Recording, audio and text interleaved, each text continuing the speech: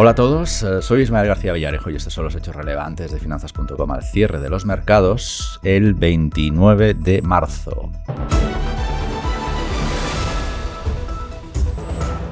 Inversores, muy bienvenidos. David y yo os estábamos esperando. David, ¿qué tal? Bienvenido al centro de noticias de Finanzas.com. ¿Cómo estás? Tal? Bienvenido, muy buenas. Debutando hoy en nuestros podcasts. Encantado de estar aquí con todos vosotros. Aunque sabemos que eres un fiel oyente. Sí, tal cual. No me pierdo una. David Azcona es economista jefe de Beca Finance, que en España, bueno, pues tenéis un negociete de 25.000 millones en balance, que no está nada mal. Tal cual. Así que nos apetecía desde hace tiempo hablar con vosotros. Hoy hemos tenido una sesión, David, estarás al tanto, de tono positivo nuevamente. El paréntesis que se abrió el lunes de tranquilidad parece que sigue. Pero bueno, sigue porque Alibaba nos ha dado alegría a los mercados anunciando una fragmentación en 6 unidades que probablemente luego serán 6 OPVs. Eso ya ha animado muchísimo a los valores tecnológicos que estaban tontorrones, como sabes. Y en Europa hemos tenido, bueno, pues AVS haciéndose un Apple y reclamando al antiguo consejero delegado para que les arregle esto del guisado de Credit Suisse. David, ¿crees que estos son fundamentales para que suficientes para que la calma continúe en los mercados? A ver, yo creo que son dos puntos súper positivos para ciertos valores o ciertos sectores que se habían quedado bastante alejados dentro de la recuperación, pero creo que existen otros elementos de fondo bastante positivos para seguir pensando que lo que estamos viendo no es algo de corto plazo, que podemos seguir viendo recuperación dentro de los mercados, ¿no? Y me explico. Hemos visto un pánico vendedor de muchos inversores, hemos visto una presión para regulación. De hecho, ayer veíamos las primeras noticias desde Estados Unidos de esperar que os voy a meter una regulación bastante superior a la que tenéis. Claro, porque Biden no descarta que la crisis financiera siga. Hombre, la verdad es que después hablaremos, si quieres, sobre qué causas existen detrás, ¿no? Sí. Hemos visto una primera causa que puede ser temas de liquidez del momento de un banco norteamericano, o de dos, mejor dicho, pero existen cosas de fondo que pueden hacer que existan turbulencias en el largo plazo. Y por último, como argumento positivo a que los mercados puedan seguir su trayectoria, está las esperadas o no esperadas subidas de tipos de interés por parte de los bancos centrales, ¿no? Con toda esta turbulencia, el mercado está dando por hecho que los papás bancos centrales van a cuidar del inversor y van a ser menos agresivos en subidas de tipos de interés, ¿no? Con todo esto, el mercado de fondo tiene argumentos en el corto plazo para poder pasar lo que nosotros entendemos una buena primera parte del año.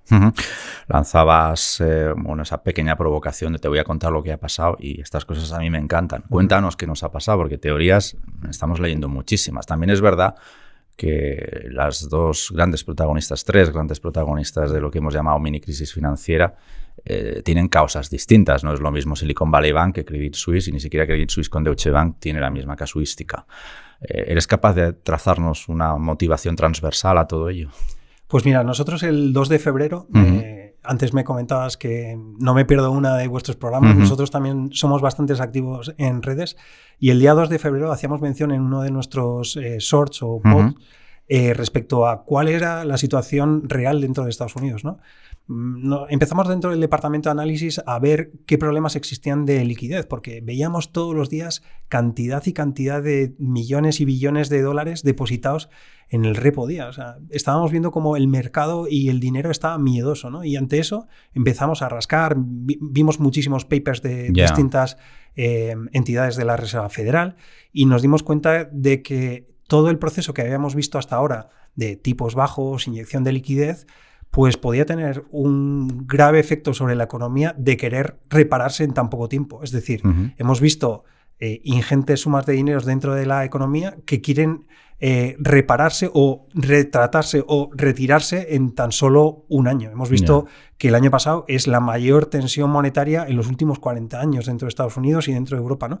Eso tiene que tener consecuencias, ¿no? Y ya del 2 de febrero decíamos, oye, ojo, pero honestamente no lo esperábamos tan de cerca. Pero al menos ya veíais que algo empezaba a chirriar, ¿no? Sí, algo, pero no puedes poner ni ojo, ni ojos, ni cara a ese problema, ¿no? Que se empezó a destapar por un problema individual de una entidad con una tipología de clientes que estaban demandando depósitos de manera rápida y cuyos gestores estaban haciendo un mismanagement como se ha podido observar, ¿no? Comprando papel sin hedgearlo, sin tener mucho cuidado con qué es lo que estaban haciendo. Y eso fue un elemento individual de un banco. Hemos visto que de haber progresado la situación, otros bancos pequeños hubieran caído y en el caso de Signature también tuvo que ser intervenido, ¿no? Todo eso sabemos que los cazadores de recompensas o cazadores o hedge o llámalo como lo quieras llamar, pues intentan aprovecharlo, ¿no? Y eso se trasladó a Europa en un banco que estaba siempre en todos los agujeros negros que había y que siempre estaba en las quinielas, ¿no? Y finalmente... Sí, no lo llamábamos David Suisse por nada, o sea, bueno, cayéramos así. Sí, entonces alguien me decía, oye, ¿y cómo un banco como Credit Suisse puede caer, ¿no? Hemos visto cómo el problema de liquidez finalmente se convierte en un problema de solvencia, ¿no? Un banco con 500 billones de balance, si tiene una salida diaria de 10 billones, pues a duras penas puede... Sería para verle la cara al director de tesorería, ¿no? Cuando vas... Tal cual. Bueno, y al de Silicon Valley Bank, el viernes aquel que le sacaron 40.000 millones de dólares en depósitos. O sea, que no hubiera estado, no me hubiera gustado estar en su piel. Deutsche Bank, una crisis muy fuerte el viernes, el lunes ya arrancamos la semana calmados, miércoles seguimos calmados, pero ¿qué nos dices de Deutsche Bank? ¿Cómo veis el futuro de este banco? Que sí es verdad que lleva también muchos años apareciendo en todas las quinielas negras, pero hombre, ha hecho más deberes que los hizo, por ejemplo, Credit Suisse, ¿no? Aún así, ¿por qué hay tanto respeto todavía de Deutsche Bank y realmente vosotros tenéis temor sobre esta entidad? Bueno, nosotros en realidad no tenemos temor sobre el sistema bancario europeo. Y en concreto en esta entidad, y parafraseando un poco a lo que el viernes mismo el canciller alemán Olaf Scholz decía, el banco ha hecho los deberes y efectivamente los ratios de capitalización y los ratios de liquidez que tiene actualmente el banco están por encima de los estándares que el Banco Central Europeo le están exigiendo. Con lo cual, en ese sentido, no deberíamos de tener ningún tipo de duda respecto a la resiliencia del sector bancario. Otra cosa es la capacidad que los inversores tengan de hacer que la volatilidad salga. Y ayer mismo se decía que el regulador europeo estaba viendo que una sola operación en el mercado de CDS europeo había hecho tambalear en una sesión el valor de Deutsche Bank. Es decir, no se trata de miedo en realidad sobre el banco, que sí estaba siempre a la par con la entidad que antes mencionaba respecto a problemas o agujeros o sanciones. Sí. No es el caso ahora. Y lo que se está viendo es la fragilidad del mercado o la poca liquidez que existe dentro del mercado y la capacidad que tienen muchos inversores de que con poco dinero, es decir, estamos hablando de 5 millones de euros en trading en CDS, son capaces de mover el valor y hacer que la capitalización de un banco caiga tanto en un solo día, ¿no? David, si te parece avanzamos un poquito de estadio. Me quedo con la tesis de un poco de calma. Las noticias que hemos conocido durante la sesión de hoy pues ayudan a mantener ese tono en positivo. Pero a partir de mañana vienen los datos macroeconómicos que empiezan también, que pueden perturbar esta paz. En España y Alemania tenemos inflación. Los mercados suelen reaccionar más a la inflación alemana que a la española, pero la última inflación española también movió las agujas. Sí, 100%. ¿Qué podemos esperar para mañana si finalmente consignamos otro mal dato? Todo parece apuntar que la subyacente pues no dará respiro. Aunque la propia presidenta del Banco Central Europeo sí que preveía que ya a partir de marzo empezaremos a ver la curva hacia abajo, pero que va a ser con una declinación muy lenta. ¿Estáis de acuerdo con estas previsiones de Lagarde? Y si mañana tenemos un mal dato de inflación, ¿qué podemos hacer, David? ¿O qué haréis vosotros? Bueno, nosotros la verdad es que no tomaremos ninguna decisión en caliente porque nuestras previsiones son de que mañana podremos ver una caída del IPC español del 6% al 4%. Y también, hablando de la parte de zona euro, pensamos que el IPC debe caer desde niveles del 8,7 a niveles del 7,3%. Pero lo que siempre digo a mis clientes y a las personas que trabajan conmigo es que es muy difícil hilar tan fino las décimas cuando venimos de magnitudes tan grandes. Y me explico. Sí. Actualmente, si vemos dónde estaba el precio de la electricidad en marzo del año pasado o en los picos del año pasado, estamos hablando de 50% de caídas. Estamos hablando de que las materias primas a estas mismas alturas del año estaban un 17% más arriba. Es decir, estamos hablando de grandes magnitudes que una vez que las hacemos caer al dato final de IPC es muy difícil calibrar. Entonces podemos tener desviaciones de más menos 2 décimas, más menos 3 décimas, que son totalmente factibles y no deberían de hacer tambalearse al mercado, ¿no? Entonces, ¿Qué dato, cuando aparezca mañana en las pantallas, qué dato os preocuparía? ¿Qué orden de magnitudes por lo que estamos diciendo de las cifras? Todo lo que esté por encima del 6,5, o sea, de 4,5, es decir, oscilaciones de más menos 0,5 respecto al dato, sí que sería preocupante. Y también respecto a lo que antes comentabas con total criterio respecto a la inflación subyacente. Sí, que es donde realmente están las alertas. Eso es. Todo el mundo cuando les explicas que esperas eso, lo que llamo yo la bañera de relax durante esta mitad de año, es decir, veremos poco a poco cómo la inflación caiga por el efecto base y después empezará a repuntar en la última parte del año. Esa bañera no va a suceder en la parte de core y todo el mundo te dice, oye, mira, no me hables de que el IPC va a caer al 4% porque a mí me dicen que la comida y los alimentos están subiendo al 16%. ¿no? Lo que sí estamos viendo es buenos guiños hacia la inflación subyacente a futuro. Me explico. Estamos viendo negociaciones salariales tanto en España como en Europa que han sido o van a ser exigentes en este 2023. Estamos hablando de negociaciones que hablan de subidas salariales del 4 o 5% y de hecho esas negociaciones salariales deberían de mantener altos los precios de los servicios, etcétera, etcétera, y alta la inflación subyacente, pero para el 2024 vemos que estas negociaciones salariales vienen abajo. ¿Por qué? Pues porque muchas de esas negociaciones vienen, sí, te subo el salario, este año, pero ya. Entonces, creo que existe cierto optimismo para el largo plazo. Y adicionalmente, una de las cosas que son más de medio y largo plazo, hay que ver la campana demográfica que tenemos en España y que tenemos en Europa y que países como China empiezan a tener, ¿no? En el que pocos trabajando soportan a muchos que están en época de retiro y que tienen menor elasticidad a consumir. Y eso es menos inflación. Lo dices por las cotizaciones que entran en vigor en abril a raíz de la reforma fiscal, que creo que sale mañana también, me parece, ¿no? En el Congreso. Entre otras cosas, ¿no? Nosotros, en la campana demográfica, aparte de otros elementos como los desarrollos tecnológicos, nos permiten pensar que estamos ante un escenario de tipos bajos con crecimiento bajo en el medio largo plazo.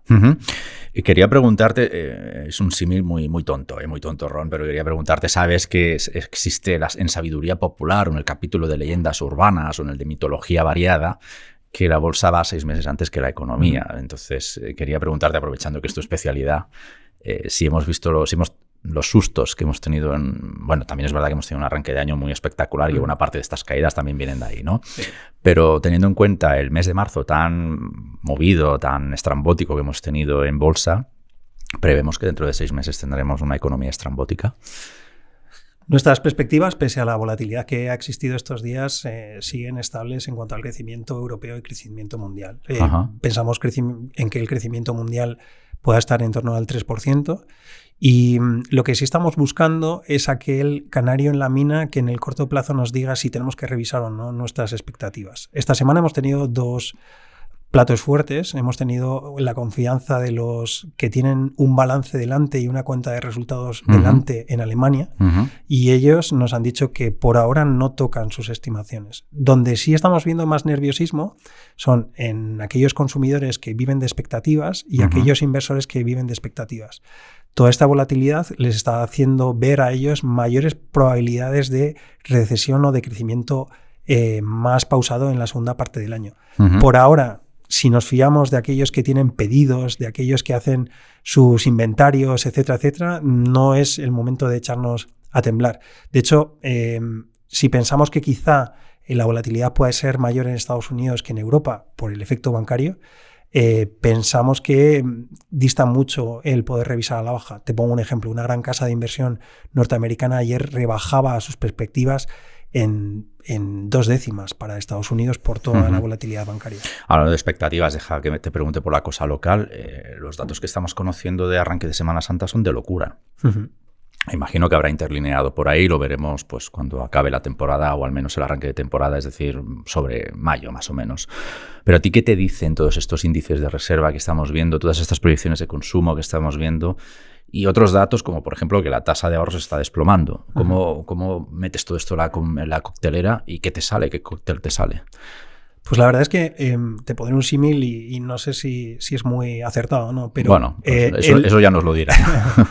El otro día preguntaba a mi cuñado, que es argentino, por qué, dada la recesión o la situación actual del país, se veía tanto argentino dentro de los campos de fútbol y más dentro de las finales del Mundial, como pudimos observar.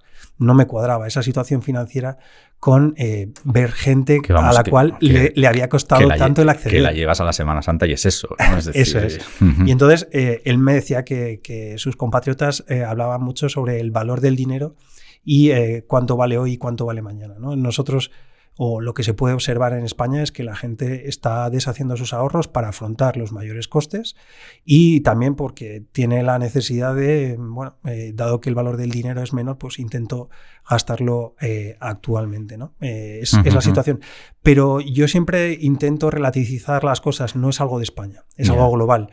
Esta misma semana vimos la publicación de resultados de Carnival. Carnival subía en bolsa y decía que sus tasas de reservas de cruceros eran las máximas en los últimos años. Es algo que se está produciendo en todo el mundo y que contra ello es contra lo que están luchando la Reserva Federal y el Banco Central Europeo. Intentar calmar ese consumo tan elevado como estamos viendo, ¿no? Fíjate, David, Carnival anunciaba sus tasas históricas, subía en bolsa, Meliá anunciaba sus tasas históricas y parece que no acaba de remontar el vuelo, ¿no? Incluso dentro del turismo hay distintas vertientes o hay distintas caras de la misma moneda. Bueno, en ese sentido también hay que pensar que Meliá está dentro de un índice o está dentro de lo que llamamos una bolsita, que el inversor extranjero cuando decide o no invertir, no eres Meliá, eres España y eres un índice con una concentración bancaria elevada y que desde hace 2 o 3 semanas hay un pool de inversores, un comité de inversión que ha dicho que a España quizá por el buen comportamiento del año no hay que tocarla, ¿no? Entonces no hay que ver solo los resultados per se, sino también dónde está englobada la compañía, ¿no? Pues David, con esta reflexión nos quedamos. Gracias por hacer podcasting con nosotros esta tarde y espero que hayas estado cómodo en tu debut con nosotros. Comodísimo, para repetir. Muchísimas gracias. Cuando quieras, David.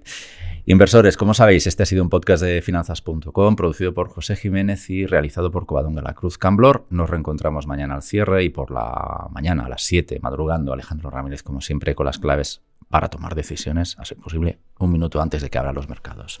Gracias, como siempre, por el privilegio de vuestro tiempo. Hasta la próxima.